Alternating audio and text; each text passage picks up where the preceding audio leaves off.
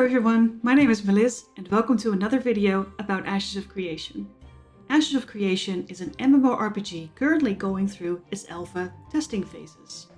I was very excited for this phase of the game, even going as far as preparing documents about leveling and artisan. I think I'm a spreadsheet kind of gamer. Before phase 2 released, all characters were deleted and all progress wiped. This is so that we could test the game with a fresh start. Everyone started at level 1 again. In this video I will focus on my impressions during the first week of testing. Going into phase 2 there were already several additions and changes announced before its release. I will give a quick overview of the most notable ones. The first one is freeholds. These are patches of player-owned land that you can buy for 100 gold. I personally don't own one, but several of my guild members do. For now, it seems the only functionality of freeholds is that you can use them for farming. In the future, it is expected you will be able to make and use workstations for your artisan skills.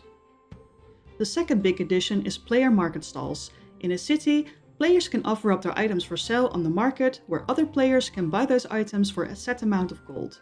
The postings on the market stalls are unique for the node they were posted in, so players won't be able to interact with your shop from another node. It's nice to see this player economy feature added, and I'm glad it's not simply another version of a grand auction house like we see in other games. 3 new nodes have been added to this phase and they are all in the desert. So far they have been leveling at a crawling rate, so they don't even have any mayors yet, let alone workstations. There is currently not much content in the desert, so it's challenging to level up the nodes, but also there's currently not much appeal to being in the desert. I hope in the future this can be spiced up a bit. 2 new playable races have been added to the game, namely the dwarves and the desert version of the humans, the Velun. And last but not least, there is a new dungeon added to the game called the Befallen Forge. This is a very cool looking dwarven themed dungeon, which we were already able to get a sneak peek of during the last weeks of phase 1, but now it's more properly implemented. So far it's been very engaging with good drops for all classes. The only problem I've noticed so far is a lighting bug that blinds you with light every time you die. Changing the global illumination settings fixes this temporarily. Now, there was one change that was made last minute before the release of this phase, namely the amount of servers we could play on. 2 servers for US and just 1 server for EU. Before, there were 4 servers for each region. This change meant a lot of people would be squished together onto just a few servers to play on, obviously massively increasing the population for these servers. As you might expect, this caused some uproar amongst the player base. There were both negative and positive reactions, but overall I think it was mostly negative. Some of the worries player had before release came very much true. Resources are scarce and finding a spot for killing mobs is even more difficult. I do expect that in a few weeks the population will decrease a bit, in which case it might actually be a good thing we started the server with more players to begin with. During phase 1 I was playing on Ariok and the population was decreasing quite rapidly towards the end of the phase, although that could have something to do with the fact that we would be wiped before phase 2. To mention something positive about the servers merging is that the world of Vera feels very lively right now. There are people online to play with at any hour of the day.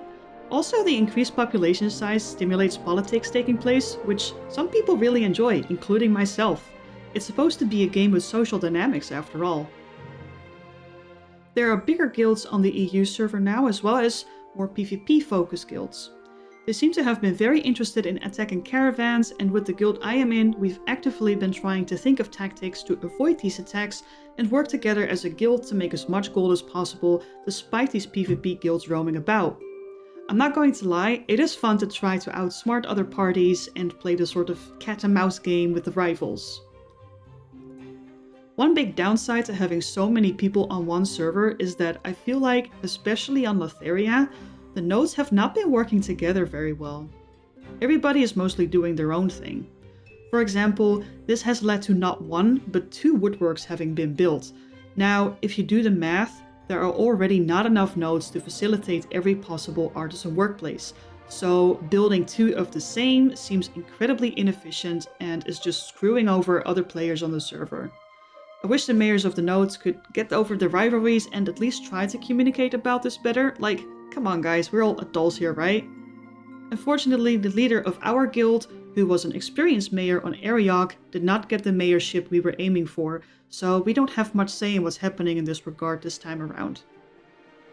Another issue with the increased server population is that the competition has been so fierce that this has led many people to using exploits to get an edge over other players.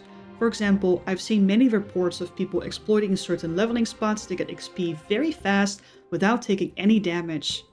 I've seen guilds using the Guild War system over and over to farm the rewards from it. Fortunately, Intrepid has come out and stated they would deal with people exploiting accordingly, although so far it seems like nothing has really been done about it just yet. For some reason, I feel like gaining experience during this phase has been much slower than during phase 1. Perhaps it just seems that way because the popular grind spots are heavily contested and sometimes we had to make do with suboptimal locations for getting XP. I was able to form a party with guild members most of the time, so luckily that has not been a bottleneck for me, but still, I'm not sure if the XP rates themselves were changed, but the leveling felt slower all around. I managed to get to level 20 on a mage during the first week, with a couple hours of grinding every day since launch, excluding Christmas. Another change that was notable, especially at the very start of this phase, was caravans. I was a bit shocked to find out the profits gained for running a caravan were severely nerfed. Before, you could easily make a couple of gold with a basic caravan. However, at the start of phase 2, the profit was a whopping 50 silver for going from Jova to Miralith. I was not happy to say the least. They have balanced it out a bit since, but it's still nowhere near the old profit rates. I still feel like if you can only afford a basic caravan, you are better off just selling your glint, especially when you add in the risk factor of PvP guilds and how buggy the caravans are, which brings me to performance and bugs. Unfortunately, many of the known issues from phase 1 have carried over to phase 2. For example, you still have to relog many times for numerous reasons, such as not being able to pick up glint, use the storage, or sell the commodities from your caravan run. Also, other problems have persisted, such as falling through the world, memory leaks, and caravans just randomly disappearing. A new bug that has been terrorizing some people, including myself, is randomly being teleported to Carfin. I was running a caravan from Miralith to Nuela when suddenly I was met with a loading screen, and after the loading screen, I found myself at the Ember Spring of the Tower of Carfin. Mind you, I was not anywhere near Carfin when this happened. My guild and I have since joked this is just part of the Carfin curse, and maybe it stops when we are done leveling to 25. Who can say? Overall, I haven't seen much of an improvement when it comes to this department. However, I am quite impressed with how many people are on the server with very few connection issues and crashes, at least in my case. Over the course of phase 2, there are big updates expected to add even more content and for rebalancing. One of these is the long and awaited new rogue class. Other expected changes include a few new game systems and additions to systems already in place.